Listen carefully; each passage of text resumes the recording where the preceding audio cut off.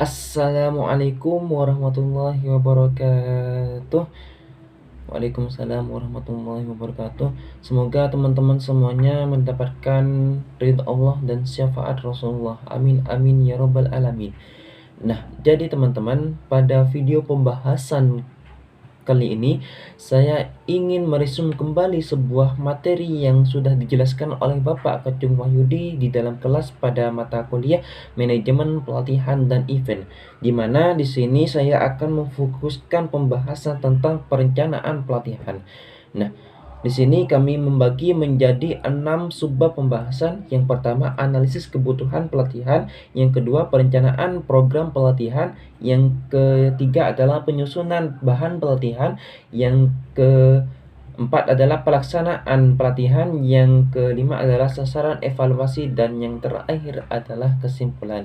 Baik, untuk mengefisiensinya waktu, saya akan membahas pembahasan yang pertama terlebih dahulu, di mana di sini adalah analisis kebutuhan pelatihan. Artinya, di mana ketika kita akan mengadakan suatu pelatihan, kita analisis terlebih dahulu nih, apa kebutuhan yang akan diperlukan dalam pelatihan tersebut, di mana di sini terdapat 5 poin yang akan menjelaskan. Yang pertama, siapa yang akan dilatih.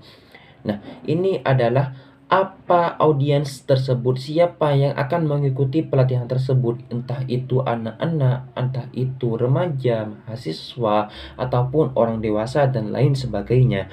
Dan yang kedua adalah tujuan pelatihan, di mana tujuan pelatihan ini adalah hal yang pertama kali harus ditentukan. Karena apa? Karena tujuan pelatihan ini akan menentukan apa yang akan kita lakukan ke depannya. Dan yang ketiga adalah siapa penyelenggara pelatihan. Kita ketahui atau kita kenal ini dengan nama panitia, di mana panitia ini adalah sekumpulan orang yang akan menjalankan suatu pelatihan atau suatu kegiatan yang akan dijalankan. Yang keempat adalah life stages atau tahap kehidupan manusia, dan yang kelima adalah bahan pelatihan ditentukan. Nah, bahan pelatihan ini adalah bahan-bahan apa yang akan kita perlukan di dalam pelatihan yang akan kita jalankan, seperti itu. Baik, selanjutnya ini adalah pembahasan yang ke B adalah perencanaan program pelatihan, di mana perencanaan pelatihan ini harus direview berulang kali melalui yang melibatkan beberapa sumber.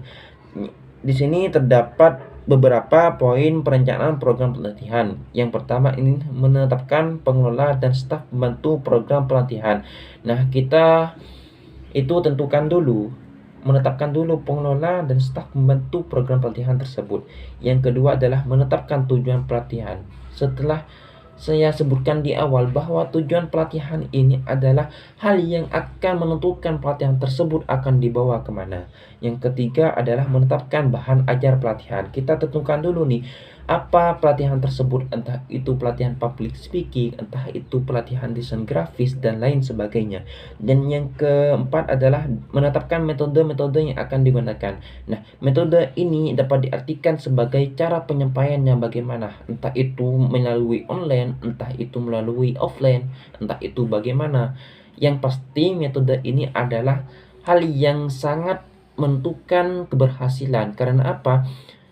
Apabila metode yang digunakan ini menarik, maka audiens itu terkesan semangat, seperti itu. Dan yang kelima adalah menetapkan alat bantu pelatihan. Yang keenam adalah menetapkan cara evaluasi pelatihan. Yang ketujuh adalah menetapkan tempat dan waktu pelatihan, di mana tempat dan waktu pelatihan ini kita harus tentukan. Bisa dibilang ini adalah sangat urgent. Karena apa? Mustahil ada suatu pelatihan di mana pelatihan tersebut tidak ada tempat dan waktunya. Kan aneh kalau tidak ada tempat dan waktunya. Maka dari itu kita tentukan dulu tempat dan waktu pelatihan tersebut. Yang ke 8 adalah menetapkan instruktur pelatihan. Hal ini bisa kita kenal dengan nama tutorial, siapa yang akan melatih.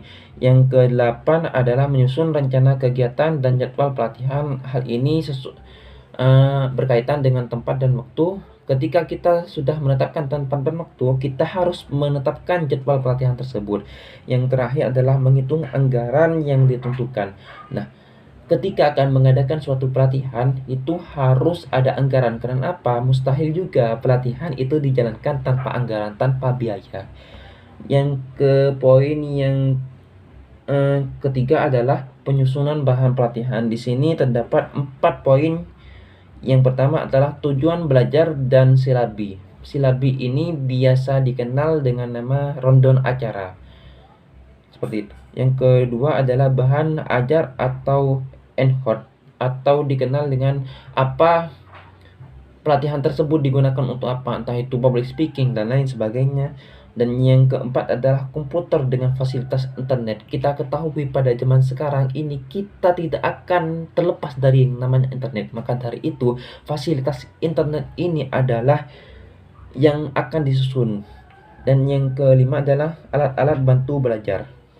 Nah, baik, kita lanjut kepada pembahasan yang keempat, yaitu ini adalah pelaksanaan pelatihan, di mana ada 4 poin. Yang pertama itu urgensi. Urgensi ini adalah pelaksanaan pelatihan mengikuti rencana, akan tetapi dalam pelaksanaannya selalu banyak masalah yang memerlukan pemecahan.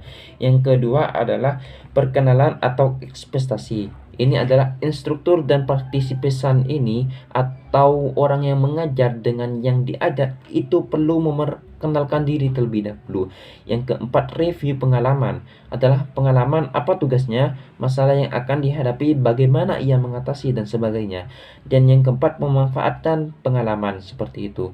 Nah, kita masuk kepada pembahasan yang kelima adalah sasaran evaluasi, di mana terdapat 1, 2, 3, 4, 5 poin yang akan dijelaskan. Yang pertama itu partisipan pelatihan atau bisa dikenal dengan nama peserta. Yang kedua, instruktur atau bisa dikenal dengan pengajar. Yang ketiga, penyelenggara pelatihan atau bisa dikenal dengan nama panitia. Bahan pelatihan atau alat bantu pelatihan atau dikenal dengan apa yang akan dijalankan pelatihan tersebut, akan menjalankan aktivitas apa. Dan yang kelima adalah program pelatihan. Baik, kita masuk kepada pembahasan yang terakhir nih teman-teman, yaitu kesimpulan. Di mana kesimpulan ini adalah merencanakan program pelatihan memerlukan kecermatan. Oleh karena itu, perencanaan program pelatihan perlu dialokasikan waktu yang cukup. Semua kegiatan perencanaan adalah penting, tetapi pelatihan secara khusus harus diberikan kepada kegiatan analisis kebutuhan pelatihan, perencanaan, dan program pelatihan. Nah, seperti itu. Baiklah, itulah pembahasan dari saya yang membahas tentang perencanaan pelatihan. Semoga teman-teman semuanya ini bisa mendapatkan, bisa memahami apa yang sudah saya jelaskan seperti itu. Baik, akhir kata kurang lebihnya saya mohon maaf. Assalamualaikum warahmatullahi wabarakatuh.